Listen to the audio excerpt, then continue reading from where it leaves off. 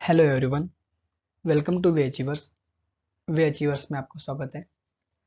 दोस्तों, जैसा कि हम रेलवे ग्रुप डी को फोकस करके पॉलिटी की सीरीज को आगे बढ़ा रहे थे और जिसके तहत हमारे दो जो वीडियोस है ऑलरेडी आ चुके हैं और दो वीडियो में हमने देखा था भारतीय संविधान की अनुसूचियां और हमारा संविधान किन किन देशों से लिया गया है, मतलब भारतीय संविधान के स्रोत।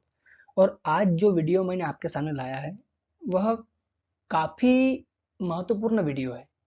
ठीक, एग्जाम के पॉइंट ऑफ व्यू से, चाहे रेलवे की हो चाहे किसी भी सेक्टर की एग्जाम हो, इस वीडियो से क्वेश्चन आपको डेफिनेटली आएंगे और मेरी गारंटी है कि इसके बाहर आपका एक भी प्रश्न नहीं जाएगा। ठीक, ये मेरी गारंटी है कि इसके बाहर आपका एक भी प्रश्न नहीं जाएगा। हाँ, थोड़ा सा वीडियो लंबा होगा क्योंकि मैंने इसमें पूरे मौलिक अधिकार बेसिक से लेकर हर एक केस को डिस्कस करके आखिरी तक समझाए हैं। हाँ, इसके ऑलरेडी वीडियो पड़े हैं लेकिन एक एक मौलिक अधिकार का एक ही वीडियो है, लेकिन मैंने इसमें पूरा कंबाइन करके आपको बता दिया है। ठीक है, तो उम्मीद करता हूँ आप इस वीडियो को अंत तक देखेंगे। ठीक, और आपके काफी फायदेमंद होगी। ठीक है, चलिए वीडियो को स्टार्ट करते हैं। आज का टॉपिक है भारतीय संविधान के मौलिक अधिकार। ठीक है, तो हम वही देखेंगे, उसका पहले परिचय देखते हैं, फिर देखेंगे कि कौन कौन से मौलिक अधिकार हमारे संविधान में है, और फिर इन मौलिक अधिकार की कुछ विशेषता क्या है कि कौन से अधिकार भारतीयों को है, कौन से विदेशियों को है और कौन से दोनों को है। ठीक है, तो आइए सबसे पहले हम देखते हैं उसका परिचय। और परिचय के तहत हम देखेंगे कि मौलिक अधिकार होते क्या है। मौलिक अधिकार, फंडामेंटल राइट्स। देखो, ये टॉपिक कोई जरूरी नहीं है कि तैयारी करने वाला ही व्यक्ति देखे। मैं ये चाहता हूं कि मेरे चैनल पर जितने भी सब्सक्राइबर हैं सब यह वीडियो देखे। क्यों? क्योंकि हमें हर भारतीयों को उसके अधिकार पता होना चाहिए। हर भारतीयों को उसके अधिकार पता होना चाहिए कि उसको संविधान से कौन कौन से अधिकार मिले हैं। इसलिए मेरी आपसे विनती है कि इस वीडियो को हर कोई व्यक्ति देखे। ठीक है, मौलिक अधिकार या फंडामेंटल राइट्स वे अधिकार है जो व्यक्तियों की भलाई के लिए आवश्यक है। मौलिक अधिकार वे अधिकार है जो व्यक्तियों की भलाई के लिए आवश्यक है और उन्हें नैतिक, बौद्धिक व आध्यात्मिक रूप से विकसित करने में मदद करती है। ठीक, क्या है मतलब, व्यक्ति के भलाई के लिए उनमें नैतिक, बौद्धिक और आध्यात्मिक रूप से एक व्यक्तित्व बनाने के लिए आवश्यक है। हमने लिया कहां से है मौलिक अधिकार? हमने मौलिक अधिकार को संयुक्त राज्य America, United state of America के बिल ऑफ राइट्स। अब ये बिल ऑफ राइट्स क्या है? यहां थोड़ा सा आपको कंफ्यूज होगा कि बिल ऑफ राइट्स है क्या। ये जो बिल ऑफ राइट्स है, ये बिल ऑफ राइट्स क्या है? बिल ऑफ राइट्स मतलब अमेरिका का संविधान। अमेरिका का जो संविधान बना है वो बिल ऑफ राइट्स से ही बना हुआ है। जब फर्स्ट अमेरिकन रिवॉल्यूशन हुआ था, ठीक है, तब बिल ऑफ राइट्स बने थे, तो वहां से लिए है। ठीक, अब मौलिक अधिकार होते क्या है? मौलिक अधिकार, देखो, मौलिक अधिकार, ये अधिकार जो है हमारे संविधान में रखे कहाँ है, किन किन अनुच्छेदों के बीच में रखे गए हैं? तो मौलिक अधिकार संविधान के भाग 3 में है। किसमें है? संविधान के भाग 3 में है, अनुच्छेद 12 से 35 तक। संविधान के भाग 3 में अनुच्छेद 12 से 35 तक मौलिक अधिकार है। ठीक है, मौलिक अधिकार ये सभी नागरिकों को बिना किसी भेदभाव के देते हैं। किस लिए?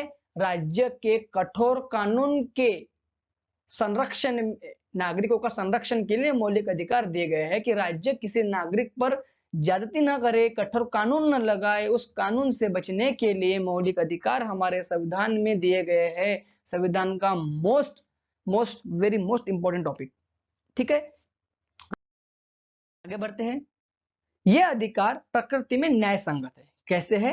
प्रकृति में न्याय संगत। ध्यान रखना, जो जो पॉइंट मैं बता रहा हूं, यह अधिकार प्रकृति में न्याय संगत है। न्याय संगत का अर्थ होता है कि इन अधिकारों को लागू करने के लिए हम कोर्ट जा सकते हैं, हम न्यायालय जा सकते हैं, हम कोर्ट जा सकते हैं। मौलिक अधिकारों को लागू करने के लिए हम कोर्ट अब जा सकते हैं। इतना मजा आएगा आपको आज की वीडियो में, मैं सच्ची बता रहा हूँ, आपको सच बता रहा हूँ कि आप बोलोगे कि आज कुछ नया सीखने को मिला। ठीक, अगर नहीं आए तो सीधा डिसलाइक कर देना, मजा ना आए तो। ठीक है, ये अधिकार प्रकृति में, अगर मजा आ गई तो शेयर करना इस वीडियो को। ठीक है, यह अधिकार प्रकृति में न्याय संगत है। मौलिक अधिकारों के उल्लंघन के मामले में कोई सीधे सिर्फ हाई कोर्ट या सुप्रीम कोर्ट में जा सकता है। ध्यान रखना, सिर्फ हाई कोर्ट या सुप्रीम कोर्ट। कहा, सिर्फ हाई कोर्ट या सुप्रीम कोर्ट कहा जा सकता है, सिर्फ हाई कोर्ट या सुप्रीम कोर्ट। कहा से एक तो हाई कोर्ट जाएगा या सुप्रीम कोर्ट, बाकी कोई अन्य न्यायालय नहीं जाएगा। एके गोपालन केस आया था 1950 में, शंकरी प्रसाद केस आया था 1951 में। ये दोनों केस में मौलिक अधिकार संबंधित कुछ ऐतिहासिक मामले दिए गए हैं। ठीक है, आगे बढ़ते हैं। मौलिक अधिकारों से संबंधित संविधान के भाग 3 को भारत के संविधान का मैग्ना कार्टा कहा जाता है। क्वेश्चन आता है कि संविधान की किस भाग को संविधान का मैग्ना कार्टा कहा जाता है? मौलिक अधिकार भाग 3 को संविधान का मैग्ना कार्टा कहा जाता है। किसको? भाग 3 को संविधान का मैग्ना कार्टा कहा जाता है। ठीक है, अब देखते हैं भारतीय संविधान के मौलिक अधिकार। ठीक है, फिर कुछ विशेषता देखेंगे इसकी वाली। तो आइए आगे बढ़ते हैं। परिचय हमने देख लिया है, भारतीय संविधान के मौलिक अधिकार देखते हैं। और भारतीय संविधान के मौलिक अधिकार में सबसे पहला हम देखेंगे थोड़ा बहुत इसके बारे में जानकारी। मूल रूप से मतलब स्टार्टिंग में जब बना था संविधान, तब भारतीय संविधान में मौलिक अधिकारों की संख्या थी 7। कितनी थी? 7। अभी कितनी है? 6। क्यों है बताता हूं। मूल रूप से संविधान में मौलिक अधिकार फंडामेंटल राइट 7 थे, अभी 6 है, क्योंकि 44वां संविधान संशोधन 1978 में किया गया और संपत्ति के अधिकार जो अनुच्छेद 31 आर्टिकल 31 में था, ठीक है, उसको हटाकर भाग 12 में एक आर्टिकल जोड़ा गया। कौन सा? 300 ए।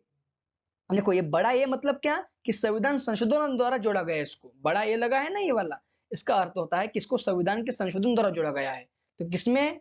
संपत्ति के अधिकार अनुच्छेद 31 को 44वें संविधान संशोधन 1978 द्वारा हटा दिया गया। किसको? संपत्ति के अधिकार को। और कहा जोड़ा? भाग 12 में अनुच्छेद 300 ए में या 300 क में। और अब यह मौलिक अधिकार नहीं है, संपत्ति का अधिकार अब कानूनी अधिकार है। कैसा अधिकार है? कानूनी अधिकार है, मौलिक अधिकार नहीं है। ठीक है, इसके अलावा मौलिक अधिकार की ये श्रेणियां भी है कुछ। जैसे अब देखो, पहला आता है समानता का अधिकार, इसको समता का अधिकार भी कहते हैं। ठीक है, राइट टू इक्विलिटी। ठीक है, ये इक्विटी बताना मुझे कि राइट टू इक्विटी है कि इक्विलिटी है करके। ठीक है, समानता का अधिकार, समानता का अधिकार दिया है अनुच्छेद 14 से 18 तक। ध्यान रखना, समानता का अधिकार अनुच्छेद 14 से 18 तक। दूसरा है स्वतंत्रता का अधिकार, राइट टू फ्रीडम, अनुच्छेद 19 से 22 तक। तीसरा है शोषण के विरुद्ध अधिकार, अनुच्छेद 23 से 24। चौथा आता है धर्म की स्वतंत्रता का अधिकार, अनुच्छेद 25 से 28। पांचवा है सांस्कृतिक और शैक्षिक अधिकार, अनुच्छेद 29 से अनुच्छेद 30 तक। और लास्ट है संवैधानिक उपचारों का अधिकार, अनुच्छेद 32। कौन कौन से 6 अधिकार है? समता का अधिकार, स्वतंत्रता का अधिकार, शोषण विरुद्ध अधिकार, धर्म की स्वतंत्रता का अधिकार, सांस्कृतिक और शैक्षिक अधिकार और संवैधानिक उपचारों का अधिकार। ये आर्टिकल 14 से 18, 1922, 23 से 24, 25 से 28, 29 से 30 और 32 तक। ठीक है, ये थोड़ा सा जानकारी बता दी। चलो एक एक अधिकार को देखते हैं, एक एक आर्टिकल को समझते हैं। ठीक है, सबसे पहले आता है आर्टिकल 12, क्योंकि हमने पहले कहा था कि मौलिक अधिकार संविधान के भाग 3 में है, अनुच्छेद 12 से लेकर अनुच्छेद 35 तक। आर्टिकल 12 से लेकर आर्टिकल 35 तक दिए गए हैं। ठीक है, अब अनुच्छेद 12 क्या कहता है? अनुच्छेद 12 राज्य की परिभाषा बताता है। किसकी? राज्य शब्द की परिभाषा, कि राज्य के अंदर क्या क्या आएगा, क्योंकि संविधान में लिखा है राज्य, हर जगह राज्य लिखा है। अब राज्य को हम क्या माने, स्टेट माने क्या? नहीं, अब राज्य के अंदर क्या क्या आएगा ये देखते हैं। इस अनुच्छेद के अनुसार राज्य शब्द में सरकार और भारत संसद, सरकार और राज्य की विधायिका, भारत क्षेत्र के सभी स्थानीय और अन्य प्राधिकरण, स्थानीय मतलब कौन से? नगर निगम, ग्राम पंचायत, नगर पालिका, जिला परिषद। इसका अर्थ ये होता है कि अनुच्छेद 12 हमें राज्य की परिभाषा के रूप में बताता है कि राज्य के अंतर्गत कौन कौन आएगा। राज्य के अंतर्गत क्या आएगा? लोकसभा, राज्यसभा, राज्य विधानसभा, विधान परिषद, स्थानीय निगम, ठीक है, ग्राम पंचायत, नगर पंचायत, जिला पंचायत सब आएंगे। अन्य प्राधिकरण जो गवर्नमेंट के अंडर काम कर रहे हो, जैसे भेल, गेल, सेल, टेल, रेलवे, ठीक है, जिसमें गवर्नमेंट इन्वॉल्व है, सरकार इन्वॉल्व है, वो सभी राज्य की परिभाषा के अंतर आएंगे और उनमें सभी में मौलिक अधिकार के हनन के लिए हम हाईकोर्ट या सुप्रीम कोर्ट जाएंगे। ठीक है। अनुच्छेद 12, सुप्रीम कोर्ट ने फैसला सुनाया कि कोई भी निजी संगठन मतलब एनजीओ, नॉन गवर्निंग ऑर्गेनाइजेशन, ठीक है, कोई भी निजी संगठन या सरकार के अधीन काम करने वाली एजेंसी भी राज्य की परिभाषा में आएगी। ये सुप्रीम कोर्ट ने बताया, संविधान में नहीं था। ठीक है। अब आर्टिकल 13 क्या कहता है? इस अनुच्छेद में ऐसे कानून हैं जो किसी भी मूल अधिकार या असंगत या अपमानजनक उन्हें शून्य या असंवैधानिक घोषित किया जाता है। ठीक है, थोड़ा भाषा समझना, मैं बताता हूं। इस अनुच्छेद में क्या कहा गया है कि यदि संसद, सुनो अच्छे से, इस अनुच्छेद में कहा गया कि यदि संसद कोई ऐसा कानून बनाए, क्या कौन कानून कौन बनाता है? संसद बनाती है, राज्य विधानसभा बनाती है, या राज्य के अंदर कोई भी आए, मान लो भेल है, भेल ने कोई ऐसा नियम बना दिया, मान लो रेलवे है, रेलवे ने कोई ऐसा नियम बना दिया जो मूल अधिकारों का हनन करे, या ऐसा कानून जो मूल अधिकारों का हनन करे या मूल अधिकारों को कम करता हो या मूल अधिकारों को छीनता हो, वह शून्य हो जाएगा, जीरो। ठीक है, वह असंवैधानिक घोषित हो जाएगा। ठीक है, आर्टिकल 13 समझ में आया कि ऐसा कानून जो मौलिक अधिकारों को असंगत करे या अपमानजनक करे या मौलिक अधिकारों को छीनने की कोशिश करता है, वह शून्य या असंवैधानिक घोषित हो जाएगा। ठीक है। अब सुप्रीम कोर्ट और हाई कोर्ट ऐसी घोषणा करने की शक्ति देती है। अब ये कौन देखेगा? सुप्रीम कोर्ट या हाई कोर्ट देखेगा। अगर मान लो, एक एग्जाम्पल के तौर पर समझा रहा हूं आपको मैं, मान लो कि ये 3 व्यक्ति है, ठीक है ना, ये 3 व्यक्ति है और ये करते थे किसी कंपनी में, रेलवे में काम। रेलवे ने कहा कि आपको 2 लड़कियां है, ठीक है, इसीलिए हम आपको जॉब नहीं दे सकते, जबकि हमारे यहाँ अधिकार है कि लिंग का भेदभाव नहीं करेंगे। तो इसका हनन मतलब इसके मौलिक अधिकार छीनने की कोशिश की गई, तो ये जाएगी सीधा हाई कोर्ट या सुप्रीम कोर्ट। ठीक है, इतना समझ में आया? आगे अनुच्छेद 13 में वर्णित शब्द कानून। अब कानून क्या है? वो कानून कुछ नियम भी हो सकते हैं, कुछ अवधि के लिए बना सकते हैं। समझ गए ना? आप कानून के अंदर क्या कुछ नियम भी हो सकते हैं, कुछ लॉ नियम, या कोई मतलब उन्होंने अधिसूचना जारी कर दी, वो सब कानून के अंदर आएंगे। ठीक है, ये आर्टिकल 13 कहता है। ठीक। अब आर्टिकल 13 के लिए कुछ केसेस भी थे। ठीक है, एक गोलकनाथ बनाम पंजाब सरकार केस आया था। अब केसेस अगर डिस्कस करूंगा तो बहुत लंबा वीडियो हो जाएगा, मैं अलग से केसेस बता दूंगा। ठीक है, गोलकनाथ बनाम भारत सरकार केस आता है, ठीक है, जिसमें मौलिक अधिकार में संशोधन कर सकते हैं ऐसा कहते हैं। फिर शंकरी प्रसाद बनाम भारत सरकार आता है एक, सॉरी, पहले शंकरी प्रसाद बनाम भारत सरकार आएगा, फिर आता है गोलकनाथ। तो शंकरी प्रसाद में कहते हैं कि मौलिक अधिकार में संसद संशोधन कर सकती है, गोलकनाथ में कहती है कि संशोधन नहीं कर सकती। फिर 24वां संविधान संशोधन आता है, 25वां आता है, फिर केशवानंद भारती मामला आता है। ठीक है, तो केसेस में कभी डिस्कस कर दूंगा आपको। अगर आपको केस के बारे में जानना है तो मेरा ऑलरेडी वीडियो पड़ा है, उसमें देख लीजिए, मैंने डिस्कस कर चुका हूँ। ठीक है, यहाँ डिस्कस करूंगा तो बहुत लंबा वीडियो जाएगा, ये ऑलरेडी बहुत सारे इसमें टॉपिक कवर करना है। तो पहला हम देखते हैं समानता का अधिकार। अब समानता के अधिकार में क्या क्या आएगा, कैसे कैसे, देखो समानता का अधिकार कहाँ में दिया है? भाग 3 में। कौन सा? आर्टिकल 14 से लेकर आर्टिकल 18। इसमें क्या कहता है कि सभी व्यक्ति अवसर, रोजगार, पदोन्नति आदि के मामले में समान व्यवहार किया जाएगा। ठीक है, मतलब किसी के साथ जाति, ध्यान रखना, जाति, धर्म, लिंग व जन्म स्थान के नाम पर कुछ भी भेदभाव नहीं होगा, यह आर्टिकल 14 से 18 कहते हैं। ठीक है, अब इसमें हम देखते हैं आर्टिकल 14। आर्टिकल 14 क्या करता है? कहता है कि राज्य किसी भी व्यक्ति को, चाहे वो भारतीय हो या विदेशी, ध्यान रखना, अनुच्छेद 14 भारतीयों के लिए भी है, विदेशियों के लिए भी है। राज्य किसी भी व्यक्ति को कानून, मतलब राज्य के लिए सभी व्यक्ति कानून के समक्ष समान है। किसी भी व्यक्ति के पक्ष में कोई कानून एक्स्ट्रा नहीं जोड़ेगा, सब कानून के समान, मतलब कानून के सामने सब समान है।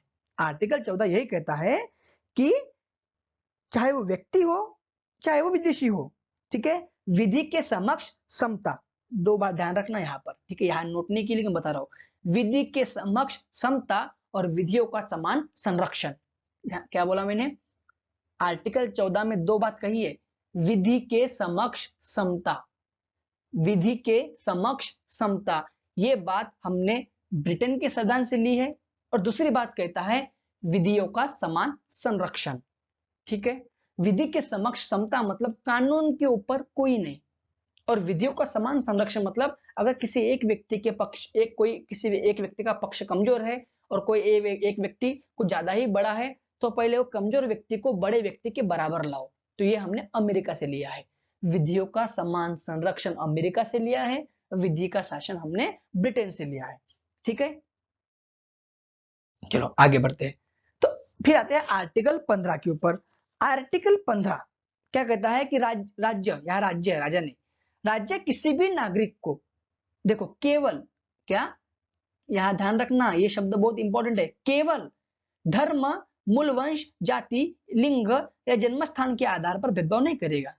बाकी इसमें कर सकता है, शैक्षणिक आधार पर कर सकता है, ठीक है, लेकिन धर्म के नाम पर नहीं कि आप इस धर्म के हो, नहीं, हम आपको आने नहीं देंगे, आप इस जाति के हो, हम आने नहीं देंगे, आप यहाँ इस स्टेट से आते हो, आप बिहार से आते हो, यहाँ अलाउ नहीं होगे, ऐसा कभी भेदभाव नहीं करेगा। अगर ऐसा करता है तो आप सीधा हाईकोर्ट या सुप्रीम कोर्ट जाओगे, ठीक है। कोई भी राज्य, अब राज्य के अंदर क्या आया है, मैंने कहा कोई भी रेलवे हो, नहीं आप बिहार से हो, हमारे रेलवे में बैठ नहीं सकते, भाई आपका अधिकार है। आर्टिकल 15 कहता है कि राज्य धर्म, मूल वंश, जाति, लिंग, जन्मस्थान के आधार पर भेदभाव नहीं करेगा, ठीक। आगे बढ़ते हैं। आर्टिकल 16 क्या कहता है कि राज्य के अधीन, ठीक है, राज्य के अधीन किसी भी पद पर नौकरी पाने के लिए नियुक्त संबंधित सबको समान अवसर मिलेंगे, ठीक। वहां भी धर्म, लिंग, जाति, जन्मस्थान को आधार नहीं बनाया जाएगा, क्या, वहां भी धर्म, लिंग, जाति, जन्मस्थान को आधार नहीं बनाएंगे कि आप इस राज्य से हो, हमारे यहाँ एग्जाम नहीं दे सकते, आप इस राज्य से हो, हमारे यहाँ नौकरी नहीं कर सकते, ऐसा कुछ नहीं है। हाँ, इसका कुछ अपवाद है, कोई कोई राज्य किसी नौकरी के लिए हम अपने यहाँ की मतलब लोकेलिटी मांगता है, जैसे महाराष्ट्र में अगर कोई फॉर्म आता है पुलिस भर्ती का, ठीक है, तो वहां सिर्फ पुलिस भर्ती महाराष्ट्र की भर सकते हैं। छत्तीसगढ़ में भी वैसे ही कुछ मतलब कुछ एग्जाम ऐसे हैं जो छत्तीसगढ़ की निवासी भर सकते हैं, तो ऐसा कुछ मतलब अपवाद है, ठीक है। बाकी इसमें राज्य कभी भेदभाव नहीं करेगा, थोड़ा सा ध्यान देना। इसके बाद क्या हुआ था कि इसी में एक फिर क्या हुआ था कि जाति बहुत ज्यादा हो गया था, जाति के लिए पिछड़ा वर्ग आयोग आया था। तो पहला पिछड़ा वर्ग आयोग 1953 में काका कालेलकर की अध्यक्षता में बना था। किसके, काका कालेलकर की अध्यक्षता में प्रथम पिछड़ा वर्ग आयोग बना था 1953 में, ठीक। फिर किसके लिए, पिछड़ा वर्ग आयोग के लिए। फिर द्वितीय पिछड़ा वर्ग आयोग कब बना, 1979, जिसको बीपी मंडल या मंडल आयोग भी कहते हैं, ये मोरारजी देसाई ने बनाया था, और जिसके तहत कहा था कि 3000 समथिंग कुछ पिछड़ी जाति है जिनको अन्य पिछड़ा वर्ग कहा गया। किसने कहा, द्वितीय पिछड़ा वर्ग आयोग। द्वितीय पिछड़ा वर्ग आयोग बीपी मंडल की अध्यक्षता में बना था मोरारजी देसाई सरकार के समय 1979 में, ठीक है, इतना समझ में आया। और इसी को लेकर वो आरक्षण जो चल रहा है ईडब्ल्यूएस वगैरह, ठीक है, इसी में दिया गया था आर्टिकल 16 क्लॉज 5 में, आर्टिकल 16 क्लॉज 5 के अंतर्गत ही ईडब्ल्यूएस को आरक्षण दिया गया है, ठीक है। आर्टिकल 17 क्या कहता है, अस्पृश्यता का उन्मूलन। हमारा देश जब आजाद होने का था, ठीक है, तो सबसे बड़ी जो गंदगी थी वो अस्पृश्यता थी, ठीक है। अस्पृश्यता मतलब छुआछूत, तो जो भी व्यक्ति छुआछूत करेगा उसको दंडनीय अपराध, ध्यान देना, दो अधिकार ऐसे हैं जिसमें दंड की बात करते हैं। पहला तो आर्टिकल 17, अगर कोई अस्पृश्यता का उल्लंघन करे तो उसको दंडनीय अपराध सजा होगी, ठीक है। देखो महात्मा गांधी और बाबा साहब के विचार में एक फर्क है। उन्होंने क्या कहा था, बाबा साहब ने कहा था कि जब तक अस्पृश्यता खत्म नहीं होगी तब तक हम उन्नति नहीं कर पाएंगे, ठीक है। और महात्मा गांधी क्या कहते थे कि एक बार उन्नति हो जाए तो अस्पृश्यता ऑटोमेटिकली खत्म हो जाएगी। देखो दोनों दोनों मतलब दोनों के विचार में मतभेद देखो। बाबा साहब का कहना था कि अस्पृश्यता खत्म होगी तब उन्नति होगी, प्रगति होगी। और महात्मा गांधी कहते थे अगर इंसान की प्रगति हो जाएगी तो छुआछूत ऑटोमेटिकली खत्म हो जाएगी। ठीक है, फिर आता है आर्टिकल 18। आर्टिकल जो 18 है, ठीक है, ये कहता है कि उपाधियों का अंत। देखो क्या, आप कोई भी उपाधि नहीं ले सकते। राज्य के अधीन लाभ या विश्वास का पद धारण करने वाले व्यक्ति राष्ट्रपति की पूर्व सहमति के बिना, पहले राष्ट्रपति की परमिशन लाना पड़ेगा कि सर मुझे ये देश उपाधि देना चाहता है, क्या मैं ले सकता हूं? राष्ट्रपति कहते हैं ले लीजिए, तो लीजिए, नहीं तो नहीं। आप कोई भी उपाधि, उपहार, उपलब्धियां नहीं ले पाते किसी दूसरे देश से। ठीक है, आप उपाधि नहीं ले पाते। पहले चलते ना सर आइजैक न्यूटन, ठीक है, केसरी, हिंद केसरी, अभी कुछ नहीं। हाँ, अब प्रश्न उठा होगा कि भारत सरकार पद्म विभूषण, पद्म भूषण, पद्मश्री, ये क्या है? फिर उठा होगा प्रश्न, है ना, कि भारत सरकार पद्मश्री, पद्म विभूषण, ये क्या है?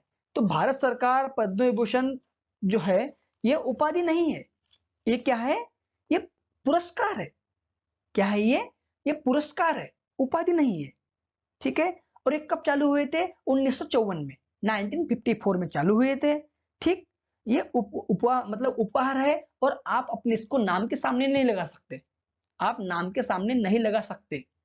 ठीक है, हाँ, 1977, ध्यान रखना, मोरारजी देसाई सरकार आई थी, 1977 से 1980 तक ये पुरस्कार नहीं बांटे गए थे। फिर इंदिरा गांधी सरकार आई और फिर से चालू कर दिए।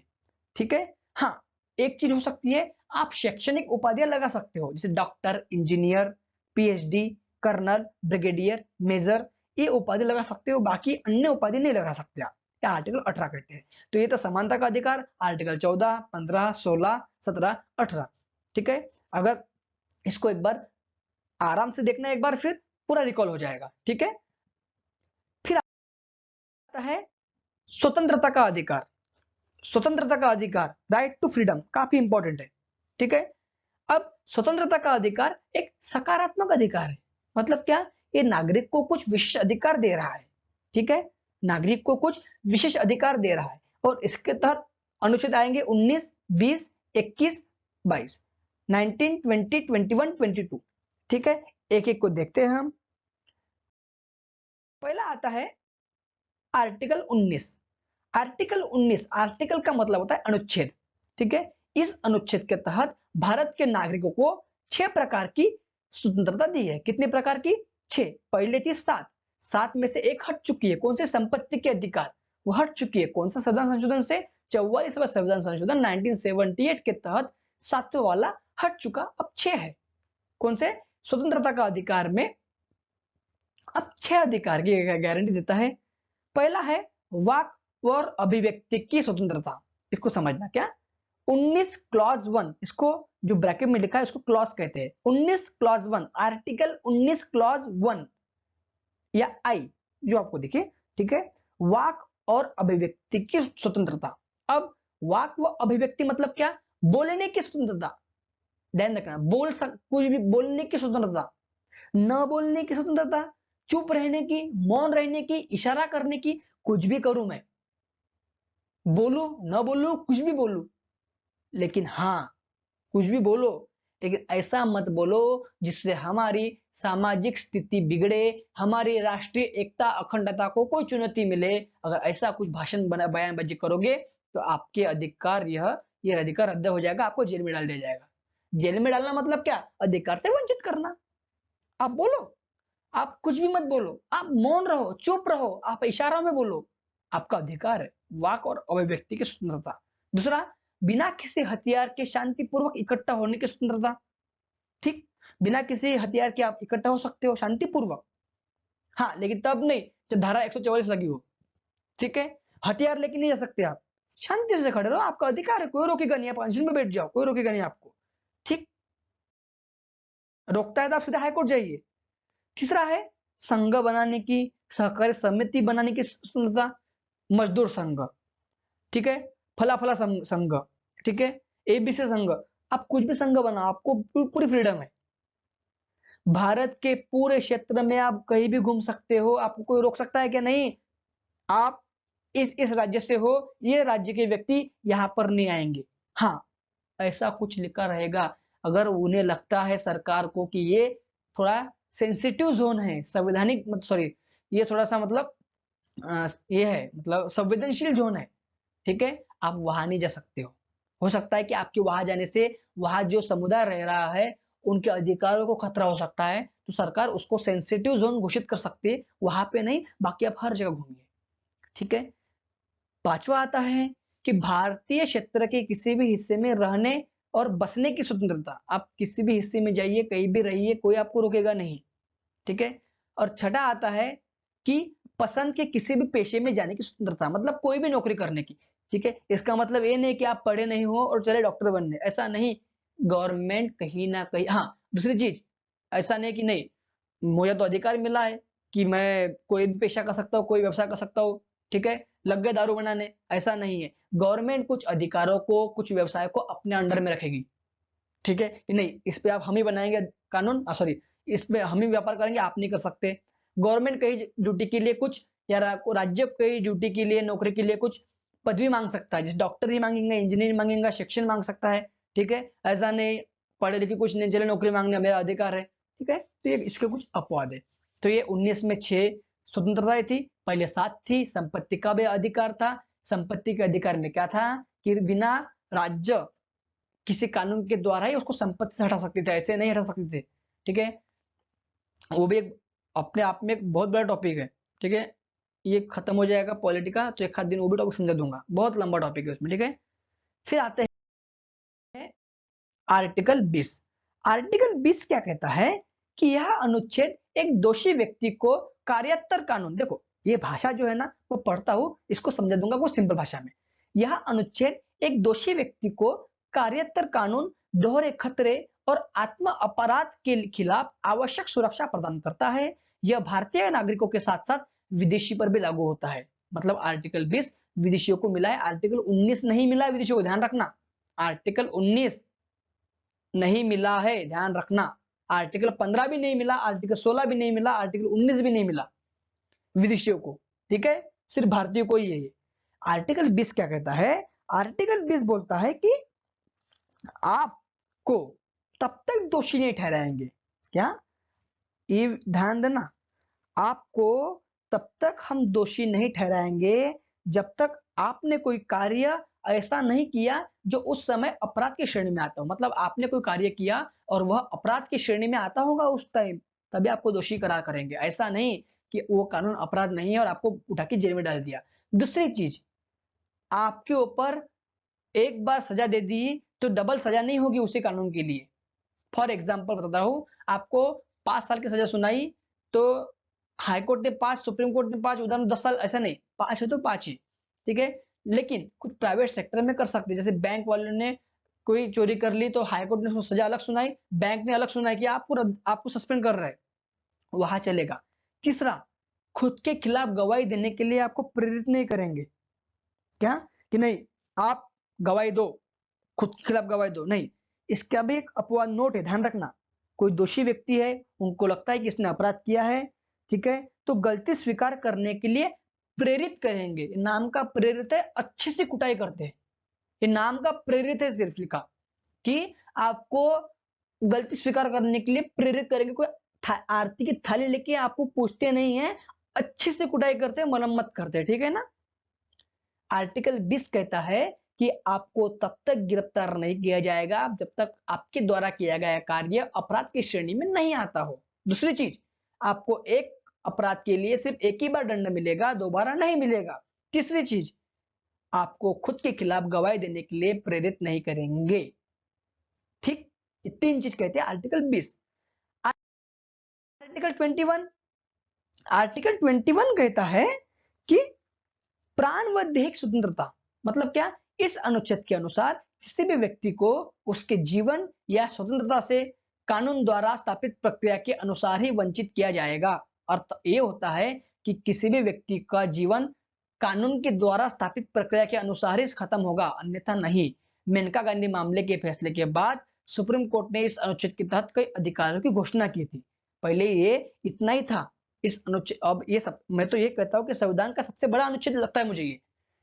इसकी हर समय इसकी परिभाषा जो है इसमें ऐड होती रहती है। इसमें क्या कहते हैं कि किसी भी व्यक्ति को प्राण व देहिक, प्राण मतलब जान और देहिक मतलब शरीर, शरीर और उसके जान से हम तभी उसको वंचित करेंगे कानून द्वारा स्थापित प्रक्रिया से। नहीं तो ऐसा नहीं करेंगे कि नहीं ये बहुत बीमार हो रहा है, ठीक है, इसका मैं लालन पालन नहीं कर सकता, इसको मार दो, ऐसा नहीं। समझ रहे हो ना क्या बोल रहा हूँ? ठीक है, मतलब एक समझ लो किसी घर में एक व्यक्ति है जो पैरालिसिस है, ठीक है, ब्रेन डेडेड है, ठीक, तो आपको लग रहा है कि ये तो मतलब उठेगा नहीं फिर से, फिर मतलब फिर से जीवित नहीं होगा, तो इसको आप जाके मार दो, ऐसा नहीं, आप दोषी हो जाओगे उस समय। उसको मतलब अधिकार है, जीने का अधिकार, सिंपल भाषा समझ लो, जीने का अधिकार है ये। आर्टिकल 21 जीने का अधिकार है, ठीक है, आपको जीने के अधिकार से कोई रोक नहीं सकता, ठीक है। और मेनका गांधी का मामला आया था, उसके बाद इसमें और अधिकार जोड़ दिए। कौन कौन से बता दो आपको, मैं नहीं दिया है, बता दो। जैसे अच्छी जगह रहने का, स्वच्छ पानी पीने का, घूमने फिरने का, विदेशों में घूमने का, सोने का भी अधिकार है। रामदेव बाबा रामलीला मैदान में अनशन पे बैठे थे, वहां सोए थे, मनमोहन सिंह सरकार थी कांग्रेस के, रामदेव बाबा की अच्छे से कुड़ाई कर दी, रामदेव बाबा को भागना मुश्किल हो गया, सलवार सूट पहन के भाग गए थे रामदेव बाबा, ठीक है। सुप्रीम कोर्ट गए कि मुझे आर्टिकल 21 के तहत राइट टू प्राइवेसी भी है, निष्ठा का अधिकार, मैं किसी को बता सकता हूँ, मेरी प्राइवेसी है, बात मतलब समझ गया ना, राइट टू प्राइवेसी के तहत कि अगर कोई मेरा मोबाइल में कुछ पासवर्ड है तो मैं दिखा, मतलब कोई देख भी नहीं सकता, मेरी प्राइवेसी है वो। तो रामदेव बाबा ने कहा कि राइट आर्टिकल 21 कहता है जीने का अधिकार, मैं सो रहा था मुझे मार दिया, सुप्रीम कोर्ट ने कहा कि सोने का अधिकार भी आर्टिकल 21 में आता है, अगर कोई सोने से डिस्टर्ब करे बिल्कुल गलत, नहीं ऐसा नहीं होगा, उसका फंडामेंटल राइट्स है, इसलिए कि 10 बजे के बाद लाउड स्पीकर बंद, डिस्टर्ब हो रहा है भाई इनको। तो कहां से आया ये? आर्टिकल 21 से। अब इसमें एक और आर्टिकल जोड़ा, ठीक है, 86वां संविधान संशोधन 2002, 86वां संविधान संशोधन 2002, ध्यान देना, 86वां संविधान संशोधन 2002, फिर से एक बार बोल रहा हूं, कौन सा? 86वां संविधान संशोधन 2002 को एक और अधिकार जोड़ा गया, ठीक है। और इसमें क्या कहा गया, कौन सा है? आर्टिकल 21, आर्टिकल 21 ए संविधान संशोधन, ध्यान रखो, 86वां संविधान संशोधन 2002 को आर्टिकल 21 में संशोधन किया और एक अधिकार जोड़ा गया आर्टिकल 21 ए, और ये कहता है शिक्षा का अधिकार, 6 से 14 वर्ष की आयु के बच्चे को राज्य मुक्त शिक्षा देगा, जिसको कहते हैं right to education, RTE, right to education. 6 से 14 वर्ष के बच्चा है जिसको गवर्नमेंट फुल फ्री एजुकेशन देगा, ठीक है। आपको फॉर्म भरना पड़ता है, आपका नंबर लगा तो आपको सीबीएसई में जहां भी गवर्नमेंट की मतलब अच्छी खासी स्कूल होगी उसकी पूरी फीस गवर्नमेंट देगा। लेकिन ये कानून लागू कब हुआ? 2009 में हुआ, कंफ्यूजन मत होना, लागू 2009 में हुआ, संशोधन हुआ 2002 में। कौन सा अधिनियम था? 86वां संविधान संशोधन 2002। क्वेश्चन इंपॉर्टेंट है, अनुच्छेद 21 ए, ठीक है। फिर आते हैं अनुच्छेद 22। 22 क्या कहता है कि गिरफ्तारी में निरुक्त सुरक्षा, इसके बारे में बताता हूं, ठीक है। यह कहता है कि आपको अगर गिरफ्तार किया गया है, देखो ध्यान देना, आर्टिकल 22 कहता है कि आपको यदि गिरफ्तार किया गया है तो सबसे पहले आपका अधिकार है कि गिरफ्तार क्यों किया गया है उसका कारण बताना। दूसरी चीज, आपको गिरफ्तार क्यों किया गया है उसका कारण बताना पड़ेगा। दूसरी चीज, आपको वकील देना भी उनका कारण मेन काम है। तीसरी चीज, 24 घंटे के अंदर मैजिस्ट्रेट के पास हाजिर करना पड़ेगा उनको, 24 घंटे के ऊपर एक भी मिनट ऊपर नहीं होना चाहिए। हाँ, सैटरडे संडे छुट्टी के दिन छोड़कर, इसलिए पुलिस देखती है कि कब शनिवार आए, कब उठे और कब इसको कूटे, ठीक है, क्योंकि उनको पता है कि ये व्यक्ति का अधिकार है 24 घंटे के बाद, 24 घंटे के बाद ये पुलिस स्टेशन में रहेगा नहीं, 24 घंटे तक सिर्फ पुलिस स्टेशन में रह सकता है, 24 घंटे के ऊपर नहीं, हमारा अधिकार है। हमें क्यों गिरफ्तार किया गया उसका कारण बताना पड़ेगा, ठीक। हमें वकील की जरूरत, हम वकील को बुला सकते हैं, नहीं है वकील तो वकील प्रोवाइड करना पड़ेगा गवर्नमेंट को, ठीक है। एक आर्टिकल है आर्टिकल 39 ए, ठीक है, और 39 ए, उसमें नालसा राष्ट्रीय विधिक कानून प्राधिकरण, ठीक है, जिसके तहत हमें गवर्नमेंट वकील प्रोवाइड करती है, जिसकी कोई मतलब कंडीशन नहीं है वकील करने की तो वकील प्रोवाइड करते हैं।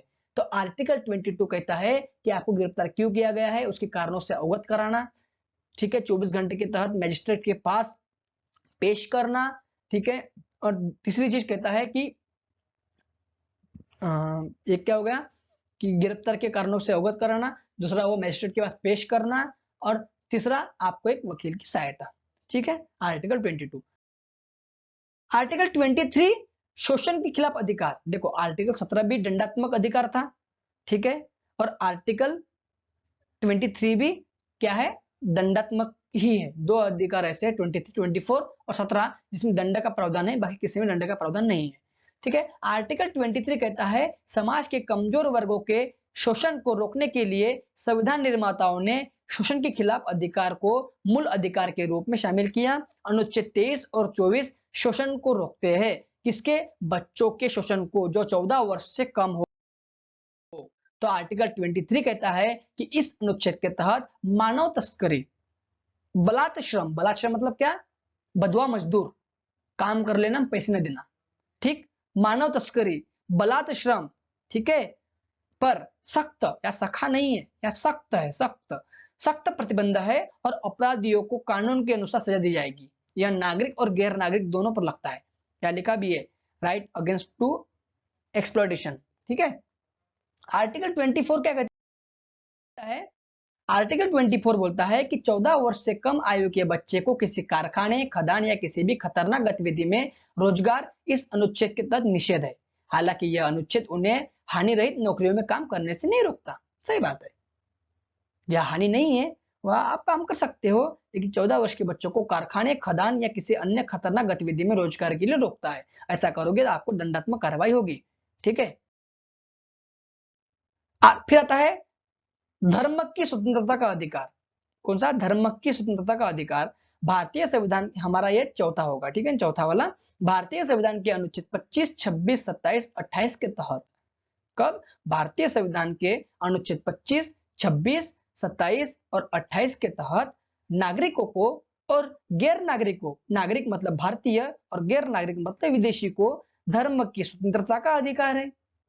संविधान में धर्म शब्द को निर्माता द्वारा परिभाषित नहीं किया गया। धर्म क्या है, तो ये सुप्रीम कोर्ट ने बताया इसकी परिभाषा। संविधान में धर्म की बात नहीं की गई है, सुप्रीम कोर्ट ने इसकी परिभाषा बताई। अब एक आर्टिकल देखते हैं। आर्टिकल 25 कहता है, आर्टिकल 25, यह अनुच्छेद अंतरात्मा की स्वतंत्रता और सभी व्यक्तियों को समान रूप से धर्म को स्वतंत्र रूप से मानने, अभ्यास करने और प्रचार करने का अधिकार। मतलब क्या कि अनुच्छेद 25 बोलता है कि कोई भी व्यक्ति हो वह अपने मन के अंदर किसी भगवान को मान सकता है, उसकी पूजा कर सकता है, उसका प्रचार कर सकता है। ठीक है, मतलब ऐसा जरूरी नहीं है कि नहीं आप इसी भगवान को मानो, उसकी इच्छा, उसको लग रहा है मान भी सकता है, नहीं भी मान सकता है। ठीक है, नास्तिक भी हो सकता है, आस्तिक भी हो सकता है। ठीक है, मानना ना मानना उसके ऊपर निर्भर करता है। ठीक है, यह आर्टिकल 25 कहता है। आर्टिकल 26 कहता है कि इस अनुच्छेद के तहत प्रत्येक धार्मिक संप्रदाय या उससे किसी भी वर्ग को कुछ अधिकार दिए हैं। मतलब आर्टिकल 26 के तहत, आर्टिकल 26 के तहत देखो, इस अनुच्छेद के तहत प्रत्येक धार्मिक संप्रदाय किसको प्रत्येक धार्मिक संप्रदाय को कुछ अधिकार दिए हैं। कौन कौन से दिए देखते हैं। 26A, धार्मिक और धर्मार्थ उद्देश्य के लिए संस्थानों की स्थापना, रख रखाव करना। मतलब क्या, कोई भी धार्मिक कार्य हो, धर्म के उद्देश्य हो, वो अपना मंदिर, अपना मतलब जो भी उसका संस्थान है वो बना सकता है, आप रोक नहीं लगा सकते हो, आपका अधिकार है। आपने अगर कोई संस्थान बनाया, मंदिर बनाया, तो कोई बोलेगा नहीं क्यों बनाया, आपका अधिकार है, आप बना सकते हो। ठीक है, दूसरा 27, आर्टिकल 27 क्या कहता है, इस अनुच्छेद में कहा गया है कि किसी भी व्यक्ति को किसी विशेष धर्म या धार्मिक संप्रदाय के प्रचार या रखरखाव के लिए किसी प्रकार के करों का भुगतान करने के लिए बाध्य नहीं किया जाएगा। मतलब क्या बोलता है ये कि कोई अगर समझ लो ट्रस्ट हो, उस ट्रस्ट के पास बहुत सारा पैसा है, ठीक है, तो ये नहीं कहा जाएगा कि ट्रस्ट को कर दो करके, नहीं। ठीक है, या कोई व्यक्ति है, मान लो कोई ए व्यक्ति है और ए व्यक्ति ने 5 करोड़ रुपया किसी ट्रस्ट को दिए, तो ये नहीं बोलेंगे गवर्नमेंट इस 5 करोड़ पे टैक्स लगाओ, नहीं लगेगा उस पर टैक्स। ठीक है, उस पर धार्मिक कर नहीं लगाएगा। धार्मिक कर भारत में नहीं लगाया जाता, धार्मिक कर को खत्म किया गया है। हाँ, धार्मिक कर का अगर, हाँ एक चीज पूछता हूँ मैं आपको कि धार्मिक कर को मध्यकालीन भारत में क्या कहते थे। धार्मिक कर को मध्यकालीन भारत में जजिया कहते थे। किसने लगाया था, मोहम्मद बिन कासिम ने। हटाया किसने था, अकबर ने हटाया था, मोहम्मद बिन कासिम ने लगाया था। ठीक है, तो अनुच्छेद 27 कहता है कि आप किसी भी धर्म या धार्मिक संप्रदाय के प्रचार या रखरखाव के लिए कोई अगर धनराशि देते हैं तो उस पे भुगतान के लिए आपको कर नहीं देना पड़ेगा।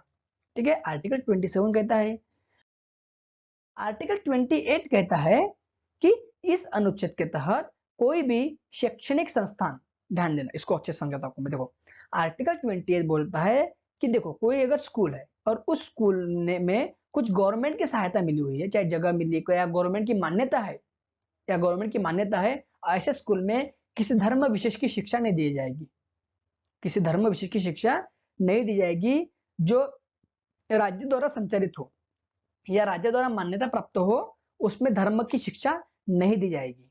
ठीक है, आर्टिकल 29 कौन सा है? सांस्कृतिक और शैक्षिक अधिकार। कौन सा? सांस्कृतिक और शैक्षिक अधिकार। ठीक, सांस्कृतिक और शैक्षिक अधिकार अनुच्छेद 29 और 30 के तहत सांस्कृतिक, धार्मिक और भाषाई अल्पसंख्यकों के अधिकार की रक्षा करते हैं। ठीक है, अनुच्छेद 29 कहता है यह अनुच्छेद सांस्कृतिक, धार्मिक और भाषाई अल्पसंख्यक उनकी विशिष्ट भाषा, लिपि, संस्कृति के संरक्षण का अधिकार प्रदान करता है। मतलब क्या? जो भी अल्पसंख्यक है, अल्पसंख्यक मतलब क्या? जिनकी जनसंख्या में संख्या कम हो उन्हें अल्पसंख्यक कहते हैं। ऐसे अल्पसंख्यक को, जैसे हमारे यहाँ मुस्लिम कम्युनिटी अल्पसंख्यक में आती है, सिख कम्युनिटी अल्पसंख्यक, ईसाई कम्युनिटी अल्पसंख्यक में आती है। ठीक है, यह अनुच्छेद अल्पसंख्यकों को उनकी भाषा, उनकी लिपि, उनकी संस्कृति का संरक्षण करने का अधिकार देती है। इसीलिए किसी स्कूल में उर्दू भाषा स्कूल है। ठीक है, क्योंकि वह उनकी भाषा लिपि को संरक्षित करने का अधिकार है। इस प्रकार की जगह अगर कोई होता है तो कानून रोक मतलब राज्य रोक नहीं लगाएगा। ठीक है, आर्टिकल 30 क्या कहता है कि इसमें देखो यह अनुच्छेद सांस्कृतिक, धार्मिक और भाषाई अल्पसंख्यकों को निम्नलिखित अधिकार प्रोवाइड करता है। वो अपने शिक्षण संस्थानों की स्थापना कर सकते हैं, प्रशासन कर सकते हैं। मतलब क्या? कोई अल्पसंख्यक है, उनको लगता है कि उनकी धार्मिक या भाषाई अल्पसंख्यक है कोई व्यक्ति। कौन से दो अल्पसंख्यक की बात करते हैं? देखो क्या, एक सांस्कृतिक, धार्मिक और भाषाई। कितने? सांस्कृतिक अल्पसंख्यक, धार्मिक और भाषाई। भाषा के मामला में कम हो, सांस्कृतिक मामले में कम हो, धार्मिक मामले में कम हो, उनको अपनी भाषा, धर्म को सुरक्षित रखने के लिए वह अपने यहाँ खुद के शिक्षण संस्थान खोल सकते हैं। हमारे क्रिश्चियन कम्युनिटी के स्कूल है, मुस्लिम कम्युनिटी के स्कूल है। ठीक है, तो ये अधिकार हमें आर्टिकल 30 के तहत मिला हुआ है। ठीक है,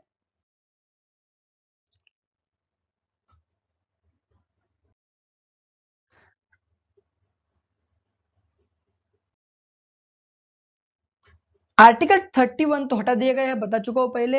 अब आते हैं आर्टिकल 32। हाँ, आर्टिकल 32 को संविधान की आत्मा कहा जाता है। सॉरी, हाँ, संविधान की आत्मा किसने कहा? डॉक्टर बी आर अम्बेडकर ने। आर्टिकल 32 को संविधान की आत्मा कहा गया है। यह अनुच्छेद के तहत यह अनुच्छेद के तहत एक पीड़ित नागरिक किसी भी मौलिक अधिकार को लागू करने के लिए सुप्रीम कोर्ट में जा सकता है। यह संविधान की मूल विशेषता है।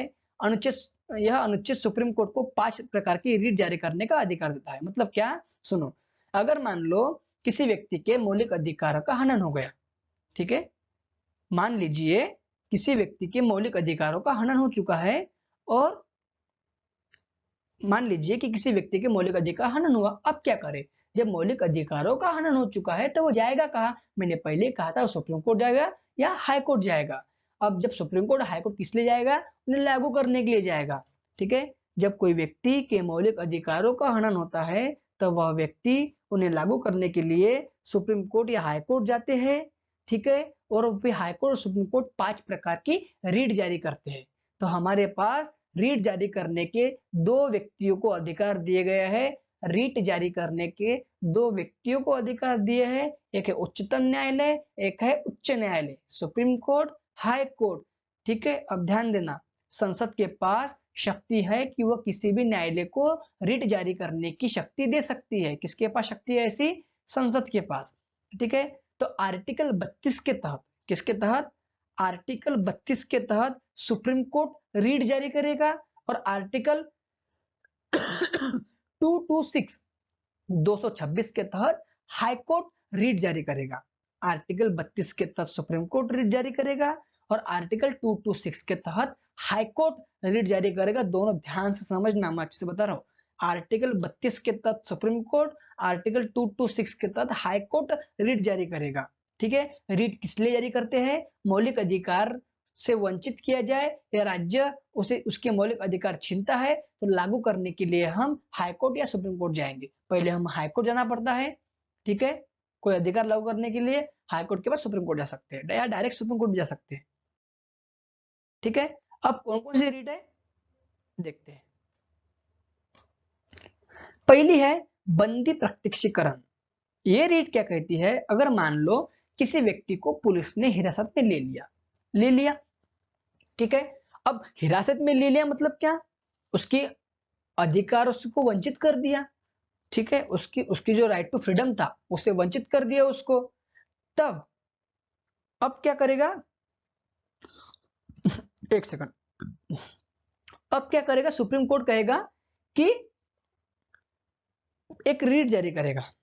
उस रीट का नाम होता है बंदी प्रत्यक्षीकरण। और उस रीट के तहत सुप्रीम कोर्ट बोलेगा, हाई कोर्ट बोलेगा कि भाई आपने जिसको गिरफ्तार किया है ना, उसे आप मेरे सामने लाओ। पहले किसके सामने लाओ? मेरे सामने लाओ, वो भी 24 घंटे के अंदर।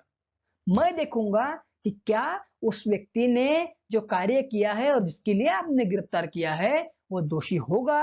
अगर उसके द्वारा किया गया कार्य उस समय अपराध के श्रेणी में होगा तो उसके अधिकार छीनने के बाद उसको सजा दी जाएगी, अन्यथा उसको छोड़ना पड़ेगा। हुआ कि नहीं हुआ? समझ गया ना? तो ये इस रीट से होता है बंदी प्रत्यक्षीकरण, कि किसी व्यक्ति के शव को नहीं, शरीर को चाहिए। यहाँ पे यहाँ थोड़ा ठीक करना, शरीर को अदालत के सामने पेश करना। यह शव हो गया है ना, इसको ठीक कर लेना याद से। यहाँ मिटा देता हूं मैं, रुक जाओ। ठीक है, यहाँ शरीर चाहिए। क्या चाहिए? शरीर। ठीक है, वहां शरीर, यहाँ शरीर चाहिए। ठीक है, मतलब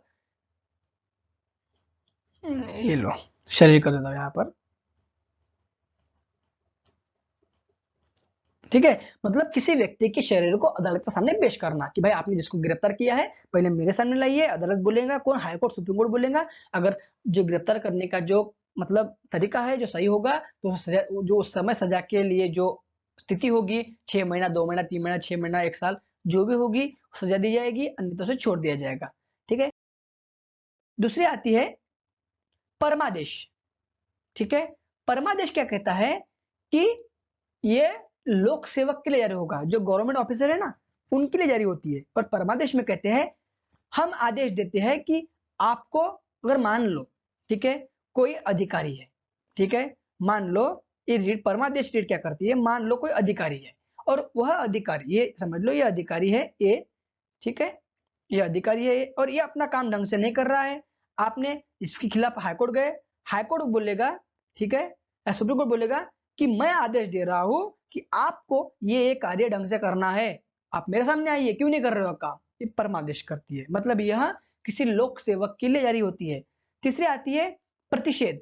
प्रतिषेध मतलब क्या होता है कि ये निचली अदालतों के लिए जारी होती है। किसके लिए? अदालत के लिए, कि अगर कोई अदालत अपने सीमा से लांघ कर डिसीजन देने की कोशिश करे, ठीक है, कि भाई अपने हद में रहे, तेरी ये सीमा नहीं है, तू अपने सीमा में रहकर डिसीजन दे, ऐसा बोलेगा। ठीक है, कौन? कोर्ट बोलेगा, सुप्रीम कोर्ट या हाई कोर्ट। ठीक है, चौथी होती है सर्टिरियोरिटी, उसको बोलते हैं हिंदी में उत्प्रेषण। उत्प्रेषण जो होती है उसमें क्या होता है, ये भी निचली अदालतों के लिए जारी होती है, लेकिन इसके तहत निर्णय दिया जा चुका होता है। देखो, जो पहली होती है, ठीक है, प्रतिशत, प्रतिशत में निर्णय देने की है, देने की कोशिश कर रहा है, ठीक है, तब बोलेगा कि भाई रुक जा, तो अपनी हद हद पार कर रहा है। और सर्टिरिटी में क्या कहेगा? निर्णय दे चुका है, तब बोलेगा भाई तेरी ये सीमा नहीं तो तू निर्णय कैसे दिया? ठीक है, ये होती है। और एक होती है को वारंटो। यह रीट किसी व्यक्ति को सार्वजनिक पद पर रहने से रोकता है। मतलब कैसे? कोई व्यक्ति है, अगर वह व्यक्ति उस पद का योग्य नहीं है तो उसे हटाया जाएगा, ठीक है, या इसने गलत डॉक्यूमेंट्स, गवर्नमेंट बोलता है ना कि डॉक्यूमेंट जब भी, मतलब समझ लो कि कोई ड्यूटी लगती है तो आपका डॉक्यूमेंट वेरिफिकेशन करते हैं। क्यों करते हैं? एक कोवारंट के लिए कि आप उस पद पे रहने लायक हो कि नहीं हो। अगर नहीं हो तो आपको इस पद से हटाया जाएगा। ठीक है, ये थे मौलिक अधिकार। ठीक है, उसके बारे में बता चुका हूं। आर्टिकल 33 है। ठीक, वीडियो बहुत लंबा जा रहा है। आर्टिकल 32, आर्टिकल 33 जो है ये किसके लिए देते हैं, मैं एक हल्का हल्का और दे देता हूं आपको। ये आर्टिकल 33 जो होता है, इसमें क्या होता है कि सैनिकों के जो कुछ अधिकार छीन लेते हैं कि उनको मतलब कोई संगठन नहीं बनाना है, कहीं भी कुछ बोलना नहीं है। ठीक है, क्योंकि देश की सुरक्षा का सवाल होता है ना, इसलिए सैनिक के अर्धसैनिक बल, ठीक है, सैनिक बलों के अधिकारों को छीनने का अधिकार है गवर्नमेंट के पास। ठीक है, सैनिक बोलेगा मेरा तो अधिकार है, मैं जाके कल भाषण दूंगा, सेना के बारे में कुछ भी बोलूंगा, ऐसा नहीं है, उनके अधिकार को छीन लिया जाता है। ठीक है, आर्टिकल 33 जो है क्या, कि ऐसे कानून बनाने की शक्ति केवल संसद के पास है। मौलिक अधिकार का अगर हनन हो या मौलिक अधिकारों के बारे में कोई कानून बनाना हो तो राज्य नहीं बनाएगा, सिर्फ कौन बनाएगा? संसद बनाएगा। ध्यान रखना, आर्टिकल 33 के तहत मौलिक अधिकारों के लिए कानून सिर्फ संसद बनाता, ना कि राज्य। ठीक है, आर्टिकल 34, आर्टिकल 34 जो है यह मार्शल लॉ लागू करना। ठीक है, आर्टिकल 34, अगर कोई अगर समझ लो एरिया ऐसा है जहां असंवैधानिक काम हो चुका है या स्थिति हाथ से निकल चुकी है, वहां पर मार्शल लॉ लगता है। कौन सा? मार्शल लॉ लगता है। ठीक है, आर्टिकल 34 के तहत, आर्टिकल 34 के तहत मार्शल लॉ लगता है। आर्टिकल 35 क्या कहता है? फिर से, हाँ, आर्टिकल 35 कहता है कि इस अनुच्छेद के अनुसार कुछ मौलिक अधिकारों को प्रभाव बनाने के लिए, मतलब कुछ ऐसे मतलब मौलिक अधिकार है जिस पर सिर्फ संसद ही कानून बनाएगी। जैसे संसद का अनुच्छेद 16, ठीक है, अनुच्छेद 32, ठीक है, और अनुच्छेद 33, इन तीन चीजों पर सिर्फ संसदीय कानून बनाएगी। ठीक है, जरूरी है, केवल संसदीय बनाएगी। ये थे आर्टिकल्स। ठीक है, पूरे। अब कुछ विशेषता है मौलिक अधिकार की, इसको थोड़ा 2 मिनट में देख लेते हैं इसको। मौलिक अधिकारों की कुछ महत्वपूर्ण विशेषताएं, इनमें से कुछ अधिकार भारतीयों के लिए है तो कुछ विदेशियों के लिए है। ठीक है, सुप्रीम कोर्ट को मौलिक अधिकार का संरक्षक कहा जाता है, पूछते हैं ये। सुप्रीम कोर्ट मौलिक अधिकार का संरक्षक कौन है? सुप्रीम कोर्ट है। ठीक है, इन अधिकारों के उल्लंघन में कोई व्यक्ति हाई कोर्ट या सुप्रीम कोर्ट जा सकता है। हाई कोर्ट कैसे जाएगा? यहाँ देखो ध्यान से, यहाँ हाई कोर्ट जाएगा 226 के तहत, और सुप्रीम कोर्ट किसे जाएगा? आर्टिकल 32 के तहत। ठीक है, यह अधिकार पवित्र नहीं है, सॉरी पवित्र नहीं, यह अधिकार पवित्र नहीं है, इन्हें संविधान संशोधन द्वारा कम या समाप्त कर सकते हैं। मतलब क्या, कि ऐसे नहीं है कि आपको मिल गए मतलब मिल गए, ऐसा नहीं, इसमें संशोधन हो सकता है, इसको कम भी कर सकते हैं। ठीक है, राष्ट्रीय आपातकाल की अवधि के दौरान, ध्यान रखना, राष्ट्रीय आपातकाल की अवधि के दौरान आर्टिकल 20 और आर्टिकल 21 को छोड़कर बाकी मौलिक अधिकार को निलंबित कर सकते हैं। सिर्फ दो नहीं होंगे, आर्टिकल 20 नहीं होगा और आर्टिकल 21 नहीं होगा। ठीक है, आपातकाल के दौरान। कौन सा आपातकाल? सिर्फ राष्ट्रीय आपातकाल। ठीक है, हाँ, अनुच्छेद 31A 31B, हाँ ये भी ध्यान देना, आर्टिकल 31A 31B 31C अगर ये लागू करना हो, ठीक है, तो आप ये नहीं कर सकते कि मेरा फंडामेंटल राइट 14 का हनन हो रहा है। कौन सा? आर्टिकल 31A 31B 31C, ये क्या है? ये संपत्ति के अधिकार के संबंधित है, बताऊंगा आपको। ठीक है,